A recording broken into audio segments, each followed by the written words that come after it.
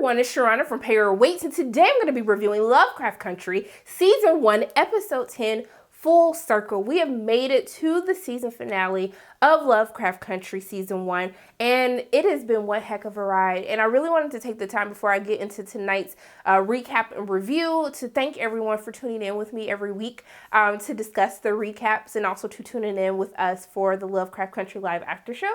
I hope that everyone, while you're watching this, once you get done, you will join me, Trey, and KB for our final Lovecraft Country After Show that starts at 10:30 Eastern Standard Time. So as soon as you're done watching this, you can go straight to the channel, and then basically we will already be live, and I would really love if you could join us one last time. Tell your friends, you know anyone that watches Lovecraft Country, please feel free to come and join us. I would really love to have just like a little season finale, like chat with everyone. But going into this week's episode, there's a lot that happens in this week's episode. As I said last week, there are a lot of loose ends that needed to be tied up. And I would say overall, I do think that they gave us the answers that we needed to most of our questions. There was still a little bit left unsaid, but we saw that Tick, Letty, and Montrose, they went back into time in order to retrieve the Book of Names, in order to save Dee, because at this point, Dee would have the curse placed on her by Captain Lancaster,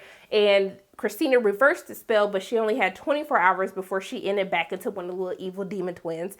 And we see that they found the Book of Names in last week's episode, and this time Tick is actually reading the spell to unbind it. What I found hilarious was that after all the things, Tick, you even said this in the episode, after all we've been through, and I was like, right, Tick, after all you've been through, y'all really sat up here and jumped as soon as you said the spell and the book just opened. I was like, y'all, we done had little snoggers, whatever them little evil eye things are called. You done had all these white people trying to kill y'all since episode 1. This is what y'all jumped at. Like, I guess their nerves are just bad at this point, but I really did have a nice little chuckle because I was just like, out of all the things that have happened to you guys, this is what scared everyone collectively as a whole. I was just really confused.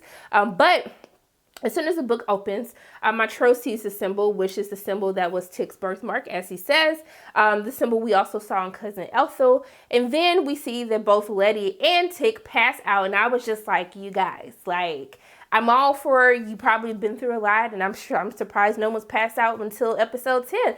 But this is not the time nor the place because we're trying to save Diana here. But we see that they actually go back and they're talking with their ancestors. We see that Letty is having a conversation with Cousin Ethel, who she met in episode 9, and also Tick is talking to Hannah. And so we see that in the conversation between Letty and Cousin Ethel, we see that she ends up going back to Dora's family home, and she sees Cousin Ethel, and she tells her that the one that you carry is who brought you here. So her unborn child, because he is bound to Tick, because that is his ancestry, that's his father, we see that he brought her to this house in order to protect her. And so she tells her that she is now the protector of the Book of Names, but since they have broken the seal that Hannah placed on it, they have to figure out what has been lost during this time. And so we see that Ethel tells her that Hannah killed herself, but before that, she made a spell to bound the book. But it's important that Ethel stresses to Letty that because she is now the new protector, she cannot let fear rule her life as Hannah did, which led to Hannah taking her own life after she cast a spell on the Book of Names. And she tells her that she has to be strong. She has to be fearless. She cannot have this book and have this fear because she will basically follow the same mistakes that Hannah ultimately made.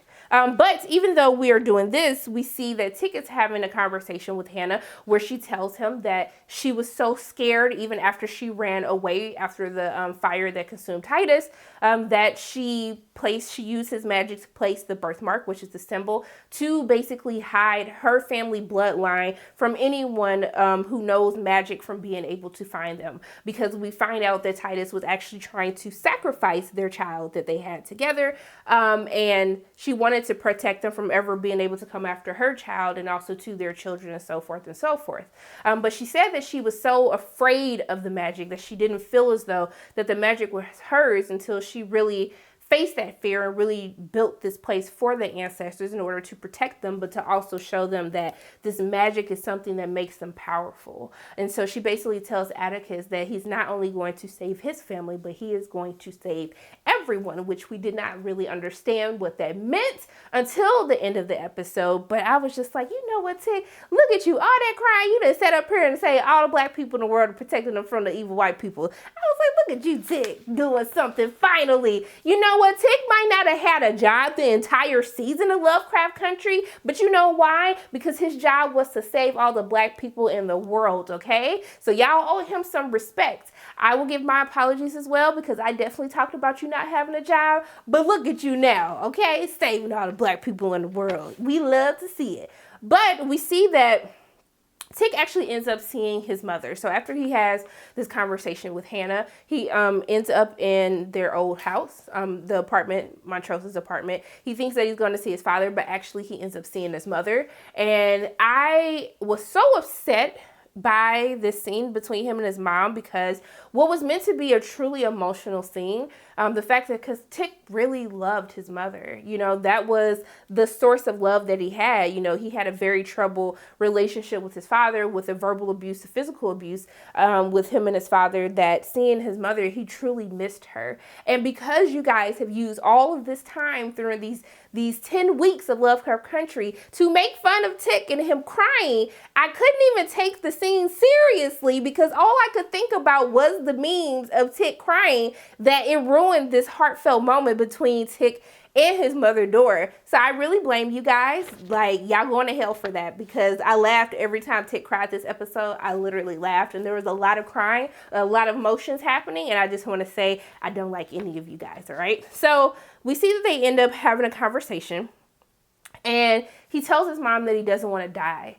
And I love in this scene that Tick immediately, even though he is this grown, beautiful, muscular man, that he immediately becomes a child at the sight of his mother. How he hugs her, how when they sit on the couch, he immediately like just hugs her legs as if he doesn't want to let her go. He doesn't want this moment to end. But I do like that she takes the time to tell her son that she said, if we went to the altar to sacrifice ourselves, she was like, to sacrifice ourselves for something that's important, then what is our purpose, right? She said that we always tell ourselves that we have a choice, but we really don't. You just have to do what is right. And I love that she tries to reassure her son of what you are doing is going to help so many people, and it's unfortunate that your life has to be the catalyst for that, the sacrifice, in order to help so many people, including your family, who you are really doing this for.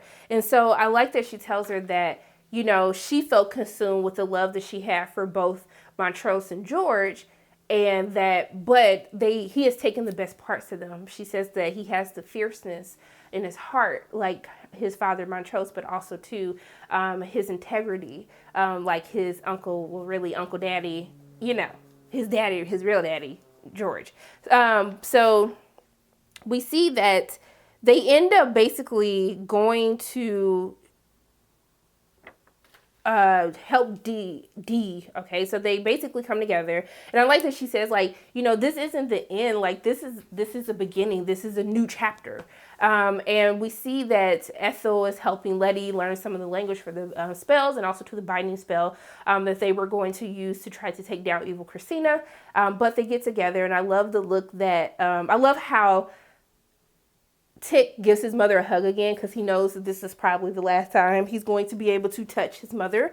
So I love how he just stops and like gives her that last hug, and then his mother gives like Letty kind of like that sign of approval, like, I know you're smashing my son, but you know what, I approve of you. It's okay, it's all right. So they do the spell, and then we see that Diana kind of comes back to life. We see her transform. However, her arm was toast. I'm sorry, that arm was toast. She woke up screaming. She looked down at that arm, that toasty arm, and she wasn't having it. And so Dee is actually very upset with her mother. We see that her mother goes in to check up on her, which her blue hair was looking really good. I was like, thank y'all for giving her a little press and stuff. Got the blue glistening. But we see that she's upset with her mother, because at the end of the day, she tells her mother, like, you left me when I was going through all of these things. And then, like, then I end up getting the spell, getting possessed. And so I like how her mother does tell her it's okay for you to feel the way that you feel. Like, you are justified in feeling as though that I left you, but know that I love you and I would never leave you if I knew all of these things were going to happen to you. And so I love that she had someone teach her how to draw, how to do comics in order for her to come back and teach her daughter. I love that we continuously show how their family always comes together and how they pass things on from generation to generation. And even though her now wanting to do comics, she knew that was something that her daughter loved to do. And so she learned that craft in order to pass it down to her daughter, and so her daughter could pass it down for future generations. But we see that she ends up drawing. I see that Dee has a lot of rage, and I think this really plays into what we see at the end of this finale with Dee's character. We see that she's looking at the newspaper and she's seeing that Emmett Till's murderers were acquitted of, the murder of Emmett Till. She's drawing these X's, like scratching out their faces. She has this rage. And I really think that really is the prelude to what we see from her at the end of the episode with Christina, but I'll get into that a little bit later. But we do need to talk a little bit more about Letty. So we get some of these prophecies that we actually saw from G.I. We see that Letty took Tick to church in order for him to get baptized, even though he doesn't necessarily believe in it. It's something that Letty wanted to do. And I really love that in this episode that we actually got to see the love between Letty and Atticus, because I think for the past couple of episodes, they really have been at odds and they have not really shown that love that we really have seen from them since episode, I want to say 5 or 6 is the last time I really saw that like endearing love of them trying to navigate through this relationship together. So I really like that for this last episode that we get to see them together as a pair, as a unit. And I thought it was just really refreshing to see, and I'm happy that they decided to focus on the love of Tick and Letty for this final episode.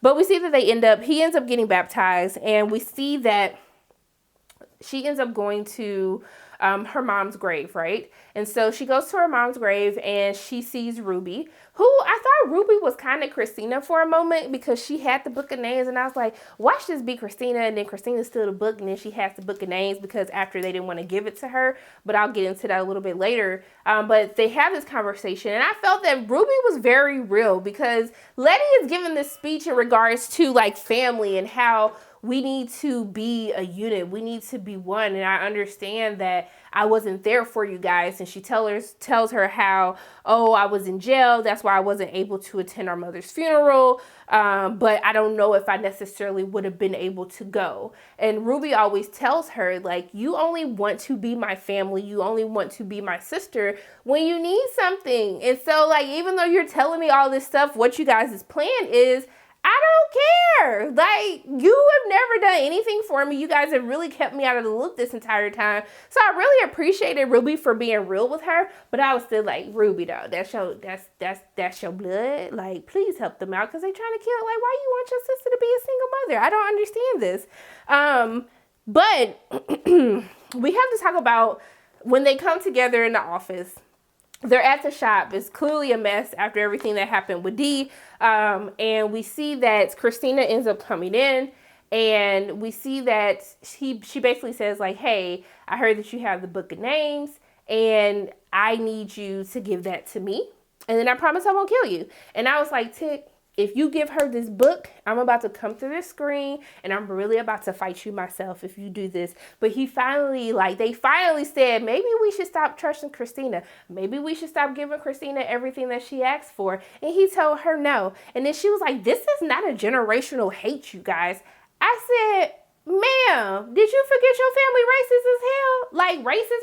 Not racist, like racist. Okay, are you serious though? Like, did you forget all the stuff that you just done to this generation of family that are sitting here? But let's not forget Hannah and y'all literally trying to take her unborn child and sacrifice it. I was just really confused by that statement of her talking about this is not generational hate. I was just like, Christina, I know you're really smart. Like, that was not a fair statement. That wasn't a smart statement to make. But she threw a little hissy fit when they told her no, and she removed the mark from Letty, and then they end up going to Letty's house, which I was just like, you guys.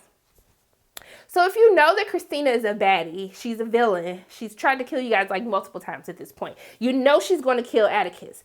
Why wouldn't you guys be doing your little like evil plot planning at Letty's house where you have the protection mark where Christina can't come in, no one else can come in? I was really confused why we weren't there from the beginning of all of this, but okay, I'm gonna let it slide. Maybe y'all just needed some time to chill after you brought Dee back to life again.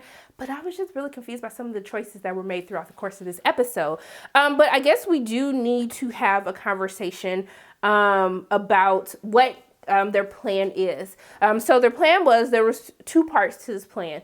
So I like that, you know, Letty and Atticus, they were finally on a united front for once. Everyone's included in the information and the plans up front. They actually go back, take the elevator back downstairs after Chick says goodbye to his little snog, whatever the little creature demon thing with the eyes that they have in the basement.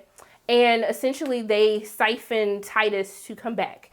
Because in order to complete a binding spell, they need Christina's blood, which is why they needed Ruby to go ahead and get the potion and all of that.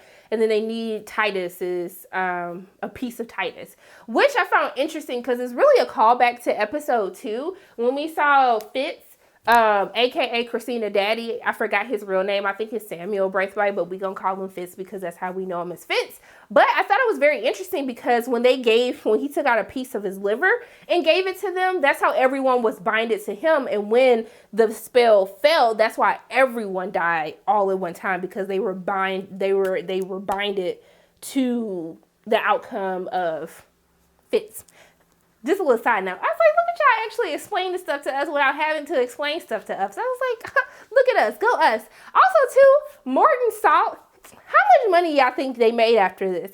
Because they used so much Morton Salt. I was like, I didn't even know they made big boxes like that. I didn't even know that was possible. Is that something they're going to bring back for a limited time? Like, as you know, Lovecraft Country, we know y'all need salt. Like, I don't know. I'm just saying. But they end up bringing Titus back and bringing the ancestors back in order to take a piece of his flesh and kill him once and for all. And so we see that he was talking to Hannah, like, after everything I done did for you, you little wench. Then he called her N-word. I was like, wow. And then he disappeared and then pops back up in front of Christina as her and Ruby driving. Christina ends up running into a pole, then flew out of the whole car. It was so dramatic, y'all. I was like, why were y'all so dramatic knowing that we know she can't die? That was so unnecessary. But I was happy to see that she hopped right back up and she was like, Ruby, are you okay? Then he popped up and he was like, them N-words, how did them N-words get the book? And I was just like, wow. So you just, and she's sitting up here talking about this is not generational hate.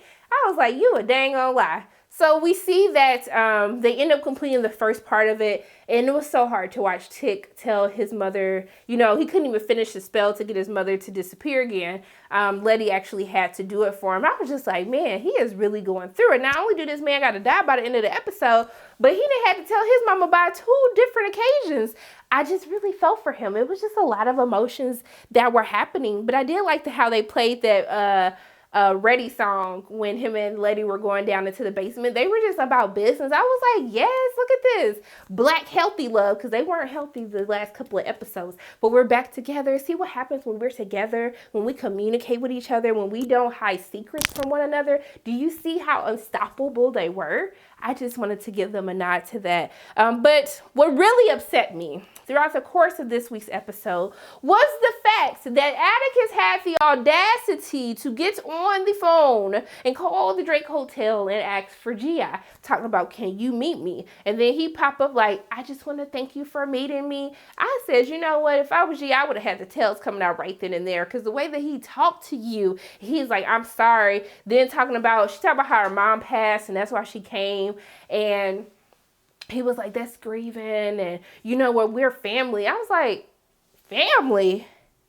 It was the family for me. Saying we're family after I was sitting up here, you didn't kill my friend. I took your virginity. Like, I made sure I didn't kill you or anything like that. And then the way that you disrespected me 2 episodes ago, and now we family because you need something. I was like, Ruby, you needed to be telling that to Atticus because he needed to hear that little story as well. Because I'm still confused why we were family. And the way that G.I. was helping them this entire episode, I said, she better than me. Okay, because my petty level, I wouldn't have been in Artem with them. I tell you that. I wouldn't have even been there to have a conversation with Atticus at that point in time. But she ended up agreeing to his little raggedy behind, and basically they were kumbaya, they were back friends, whatever. I'm still not having it. But we see that, they're getting ready to go to Artem. I love the song that they play, like I Am Blessed, as Tick is looking at his family. They've redone the shop, got everything back together, got it cleaned up. And I thought it was really cute when they were on their road trip. I was like, it's clear that Atticus is going to die, because he's been they hinted towards it like so much throughout the course of this episode. I never once thought that he was going to be able to come back. Even when he tried to lie to Montrose and say that, well, it's another variable that can happen. It doesn't mean that I have to die. Even Letty looked up like, boy, now you know you lying. But I thought it was cute when they were in the car singing Shaboom. Everyone just a little happy family. Like, I was just like, wow, so y'all didn't fit the whole cast minus Christina into Woody. Like, Uncle George wasn't playing when he said that. But I do have a question, speaking of Uncle George. Why didn't Uncle George come back as one of the ancestors, since they're all bound by blood? Did anyone think that was confusing? Because Cousin Elva came back, Andorra came back. I don't understand why George didn't come back as well. Since y'all was sitting up here talking about Uncle George was going to be in all the episodes of the season, I just needed a couple of answers as to why he wasn't a part of the ancestors that actually came back to help them with the spell with Diana, and also to trying to get Raggedy Titus his skin. Just food for thought. But we see that they end up going to Artem. And then they do the binding spell, child. It was so disgusting. He had to eat a piece of Titus, drink the blood that Ruby gave, because we see that Ruby showed up at the 9th hour to give her the stuff, and then she went on the little road trip with him. I'm gonna keep that to myself. But we see that he does the binding spell. I like how he had to wash everything down with alcohol. But we see that he goes to the ruined site of the mansion. The little crazy white townsfolk show up and they get him together. But we see that also too, Letty and everyone else is going through with their plan. But things get a little sticky. I do want to pause before we get into the big reveal surrounding Ruby, because there's an interesting conversation that her and Christina have when she actually ends up going back to see Christina. And I do think that it's worth saying that she has this conversation because Christina is very worried that her spell isn't going to work. But I thought it was very weird when she was like, if it doesn't work, then that means I would have killed my family for nothing. I'm like, girl, you don't like your family. I don't think you really care that they're dead. I don't think that would mean anything to you. I think you would just be like, okay, well, let's try this again. But I do find it interesting when she tells Ruby kind of like how this spell was done for William. And then she realizes that she had sex with Ruby as William in order to get her hair, her blood, the samples that she would need in order to, turn into a Ruby or whatnot. But then they actually end up getting it on. And she asked Ruby, like, is this your first time? And she was like, yeah, I've never done this before. And I guess they got it on as each other. So I was like, oh, okay. Finally, because I was wondering why y'all were like having sex with each other as other people if y'all supposedly care for one another. I was just highly confused about all of this. But we see that when Ruby makes a comment, and it throws her off because she was like, you're my sister. I'll do anything for you. And I was just like, girl, you was just cursing her out. And I was like, oh, that's Christina. And then Letty figured it out. And then she was like, I caught her trying to take the potion to help you guys. And it's your fault that she's dead, but she told me not to hurt you. And then Letty just started going to town on her. But I was like, hold on, realistically, Letty is not going to get all these licks in on Ruby, Christina, Ruby, whichever version of Ruby this is. And then Ruby started beating that ass, okay? I was like, when she DDT her, did you see her pick her up and she like DDT her? If you watch wrestling and you know what I'm talking about when I said she DDT her. But I was just like, wow, like this is a lot right here. I was really shocked. I was really confused. I was really hurt. But when she threw Letty out the window, I was like, girl, I thought you said you weren't going to hurt Letty, but you didn't have to throw her out the window like that. You couldn't just stab her or something. Y'all done already shot the girl. Now you're going to throw her off her window. And I was just like, wow, so we didn't kill Ruby. We didn't kill Letty. What in the heck is going on? But do you want to know what part really confused me? Why Montrose always getting knocked out? Why he always knocked out? We see Hippolyta, G.I., and Montrose on the bridge, and then the crazy white townsfolk come. They start fighting them. Montrose then got knocked out again. I was just like, why? For someone who used to beat their kid like this, you chose to getting your ass beat quite a lot, and I'm really confused by it. And then what I was also confused by is G.I. Girl, you got 9 tails. You mean to tell me you got all these little raggedy, ordinary townsfolk trying to beat y'all and none of your tails came out to kill these people? Like you literally could have took out 9 people at one time. I was really confused. I didn't understand, but I was just like, okay, I mean, you shouldn't even be there helping him anyway, so I guess you said you wouldn't finna use your quota of killing people on him. But I was just like, sis, why didn't we use our tails? I was just really confused by that. But we see that he see that Christina appears, and clearly this means their plan didn't go right. She basically lets him know that, hey, it was a good idea, but I figured it out. Ruby's gone, also too. Letty's gone. That really did something to his spirit right there. I really felt for him because the whole point was for him to protect his entire family. And now he has lost 2 people, especially the woman that he loves. And so we see that I didn't realize the spell was going to be this gruesome, you guys. So Christina's in his white dress, and then he's like bound up. I couldn't even lust after him because when she took the sword and just slit his whole bicep, I was just like, oh my God. I thought you said it wasn't going to be painful. I thought you said you were just going to drain his blood. I thought y'all were going to have little tubes or something. But I was just like, girl, this is a little excessive. And then she started bathing in his blood and stuff. Montrose still knocked out in the back. Hippolyta and G.I. looking. Tick is upset. I'm upset. I'm grossed out. And then they do their spell, but then he sees Letty and she whispers to him like, I love you. And then the spell is complete. This little raggedy trifling heifer is immortal at this point in time. But then Letty starts chanting something. You know, Christina looking at her like, sis, it's over. And I was like, right, sis, it's over. But they come up with this whole plan. She starts doing this chant. This little darkness thing starts swirling. And then G.I. just pops up. And now all of a sudden she want to use her 9 tails to bind Christina to Atticus, to the darkness. Because they basically told her that she hasn't walked into the darkness yet. Many other people's lives will be gone. You know, that whole thing. And then we go into this montage of how Letty was about to die because she threw her off the window, but she honored her promise to Ruby and put the marker came back on her, so the invulnerability came back. Then also too, we see that the little Slogif, which once again, it's like we learned nothing from the past 2 to 3 episodes. We're still leaving Dee unsupervised, you guys. So Dee is in the car just reading her book in the middle of this little dark forest where all them little creatures are. And I was just like, so do y'all just think the creatures aren't going to show up? I'm just kind of confused as to why did we leave Dee by herself again? You just got Dee back. So I don't understand why Dee is by herself.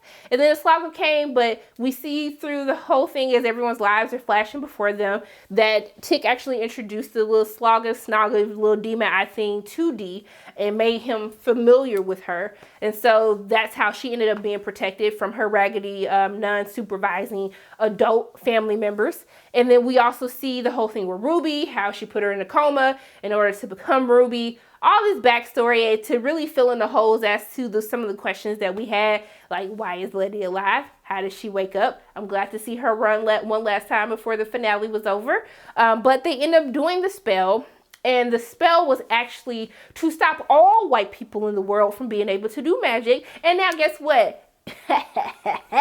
The magic is for the black people now. Only black people can do magic. White people can't do magic no more. And so she tells Christina the great news as Christina is basically stuck under this rubble because this big explosion happened. And then I was just like, okay, but is Tick okay? And then we go to Tick. He's still dead. But what killed me is when my trust was like, all right, Tick, come on, Tick, it's time to go. Let's go. And then we saw in the flashback how Tick gave this letter that said Montrose Freeman to Hippolyta.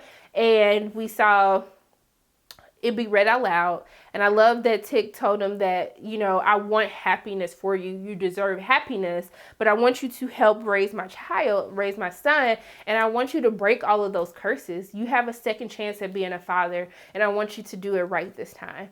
And it was just so emotional. I ain't gonna lie, I shed a couple of thug tears at the end. Like, especially when he started calling Atticus' name. I was just like, this too much. And then Letty started crying. It was just way too much. I was like, you've been knocked out for the past 10 minutes of this episode, Montrose, and then you gonna pop up and then start making me tear up. I just wasn't ready for it. But yeah, so we see that they leave. They're going to the car carrying Tick's body, like almost like pallbearers. And I was really confused because I'm like, so no one wanted to check on Dee? Like, we just thought Dee was going to be there the whole time. I'm still really confused by this. But we see Dee pops up with the little Snogif, evil creature demon thing. I don't know what the hell it is. And we see that Christina calling for her, like, Dee, help me. Girl, Dee not finna help your little raggedy behind. And then she was like, you still don't get it. We see that she has his bionic arm. So I think that Dee is actually the one who pushed Tick out and gave him the book. Because remember, he said somebody with a robotic arm, like, pushed him out and handed him the book. I think that that was Dee. And she told Christina, like, you still don't get it. And then she, like, choked Christina and, like, it was just a lot. I wasn't expecting all of that. I was like, Dee is a child. Like, why is no one watching Dee right now? I thought the little demon creature thing was going to come and eat Christina, but I guess not. I was just really confused by that. So after that, the episode basically ended. I did realize that I forgot to mention that we saw when Letty and them were actually going back to her house that there was actually another Black family that moved in. So her whole pioneering thing worked. More Black people were actually starting to move into the white neighborhood that they were in.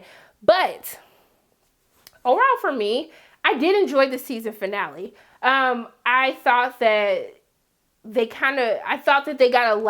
wrapped a lot up. And they kind of left it open-ended. I still don't know if there's going to be a season 2. If there is a season 2, are we going to follow the same story? Because it seemed like they kind of wrapped this up in a bow and it's kind of done. Or if they're going to go into a different anthology series and focus on a different book every season. I'm not quite sure. But one thing that I am sure of is it's really been great to have a series like Lovecraft Country that delves into sci-fi, into horror, into adventure, but the centers around a Black family, right? Even Christina, raggedy behind, talked about how her riding in the car with them, that she, like, being with them, she understood, like, why their family means so much to them. And to be able to see positive image of the Black family unit together, to see intelligent Black people, to see Black love, right? To see them breaking generational cycles, to see Black people becoming accepting and coming into their sexuality, and to really just watch a series where they give women the forefront to lead, to take charge, and to save the day. And that's something that we see with Diana, even though she's a little bit too young to be killing evil white people. But to see her take her own destiny, which I think was the fear and the anger and the rage that she had because Emmett Till's murderers got away. She wasn't going to let this woman who disrupted her family, who took her father away from her, who took her uncle away from her. She wasn't going to, well, really her brother, but wasn't going to let another white person get away with Black death, with Black murder. To see that their ancestors who are women really coming back to help save the family as a whole, that's not something that we really get to see on TV. We don't get to see different types of Black women, different shades of Black women, different body types of Black women, being able to take control of their destiny, being able to help save others.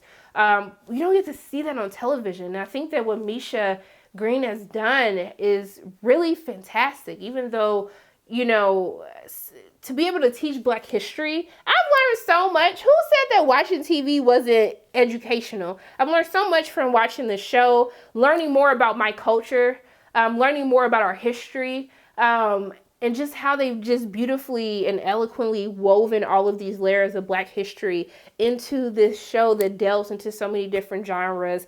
It has been such a blessing to be able to review a show like this, to be able to reach other people, to teach other people, to educate myself and educate others on our culture. And I just really give kudos to everyone. This cast is fantastic. Journey, Michael, Wunmi, Ingenue. I really hope that we see a ton of Emmy nominations for this cast. They are multi-talented, great performances throughout the entire season. Even though y'all didn't want to let Atticus live, Jonathan Majors live with his crying. But to even be able to see Black men show emotion, and it's okay. This has just been great. I'm going to stop rambling. But I loved every minute of Lovecraft Country.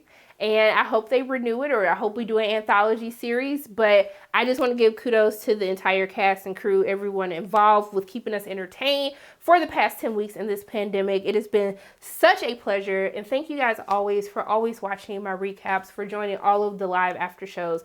It means so much more to me than you could possibly ever understand. But I thank you guys. I love you guys. But those are pretty much my thoughts on Lovecraft Country Season 1, Episode 10.